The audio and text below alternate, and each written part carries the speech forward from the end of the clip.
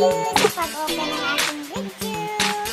Welcome to my channel, Dayos Vlog, ang inyong tenderang raketera ng Iloilo, The City of Vlog.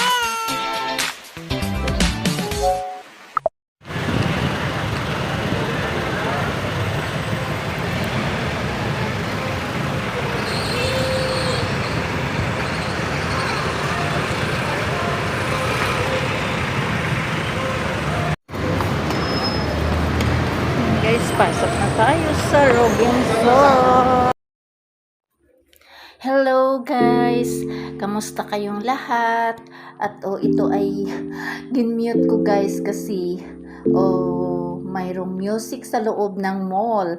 Mag-ano na lang ako dito guys, mag-voice over na lang. Ayun, para may ano ko din sa inyo kung ano ang mga ano dito sa loob ng mall. Ayan guys, hahanap sana ako dito ng kainan dito guys kasi sabi ko dito na lang ako magla-lunch. Kaya lang sus, grabe ang daming tao sa Jollibee guys.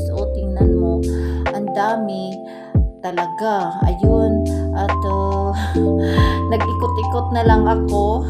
Ayun, at total maaga pa naman. Medyo gutom na tayo pero not so pa. Kaya pa naman. Kaya ikot-ikot na lang muna tayo at manood-nood tayo dito sa loob ng mall kung ano ang ating makikita dito. Ayun, nakakita ako dito ng magandang ano nila dito sa loob. Ayan, mayroon silang ano dito, giant Christmas tree guys. Dati yan guys ay ano yan dyan, fountain. Ngayon, inano nila, kinuha nila yung tubig siguro, tapos pinalitan muna nila ng decoration na giant Christmas tree. Ayan, ang ganda guys, ang ganda niya. Ayun, maganda talaga dyan guys sa Robinson at ang lawak-lawak, malaki din yung Robinson. Tapos dyan na sa Robinson marami ang ano dyan ka na pwede kumuha ng mga passport yata, ano ba yun, at iba-iba pa, mga pwede ka dyan, maraming ano dyan, transaction sa taas guys. Kaya ayun, ang Robinson Main dito yan guys, ano sa Iloilo, sa city proper talaga guys. Ayun, at pumasok ako sa mga sa department store ng Robinson at nagnood-nood lang guys, nagpalamig-lamig kasi sobrang init sa labas guys. Kaya pa naman, hindi pa naman ako masyadong gutom, kaya ikot-ikot muna ako dito at ano ng mga paninda nila, naga-sale sila guys, ang mura lang sana. Kaya lang syempre guys, wala tayong budget para dyan. Iwas-iwas muna tayo sa mga ganyan kasi wala tayong extra para magbili ng mga damit-damit na yan guys. Ikot-ikot lang ako dito guys at para magpalamig-lamig lang.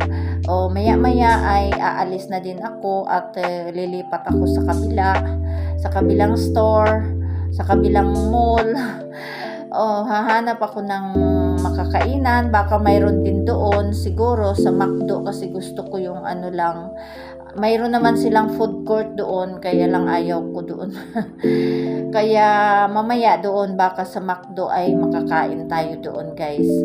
Diyan sa baba lang din. Umakyat lang muna kasi ako dito at mag-iikot-ikot. Kasi parang ang ganda din minsan guys, mag-inood-nood lang, window shopping. Ayun, kapag mayroon tayong extra, syempre baka kaya natin magbili. Mayroon na tayong nakita na mayroon pala doon, yung ganun lang ang ating magagawa sa ngayon dahil medyo ano yung ating budget ngayon guys. So hindi naman yan priority. Mayroon pa naman tayong masusuot. Ganon lang ba, practical lang tayo guys. Daming sale nila guys, naga-sale ang Robinson. Tulad din siguro sa SM, hindi pa ako nakapunta. Balak ko sa sunod kong pagpunta ay doon na naman ko kayo iikot-ikot sa SM Mall, sa SM City. Mas malaki yun guys, at mayroon pa doon na isa sa Facebook guys, maganda din doon, pero mas marami kang mabibili sa SM City guys. Ayan guys, so ang ganda ng mga ano nila, mga display. Ayun, at ikot-ikot lang naman ako dito guys. Ayan, ikot-ikot lang tayo guys ha. At thank you so much sa inyong pagpanood, at sana'y panoorin nyo hanggang dulo, at please don't skip the ads na guys. Tulong nyo na din kay DieEds, at kung hindi ka pa nakasubscribe dito kay DieEds, please subscribe, and don't forget to hit that notification bell para ma-notify ka kapag mayroon akong bagong upload na video. Ayan guys, ikot-ikot lang tayo dito.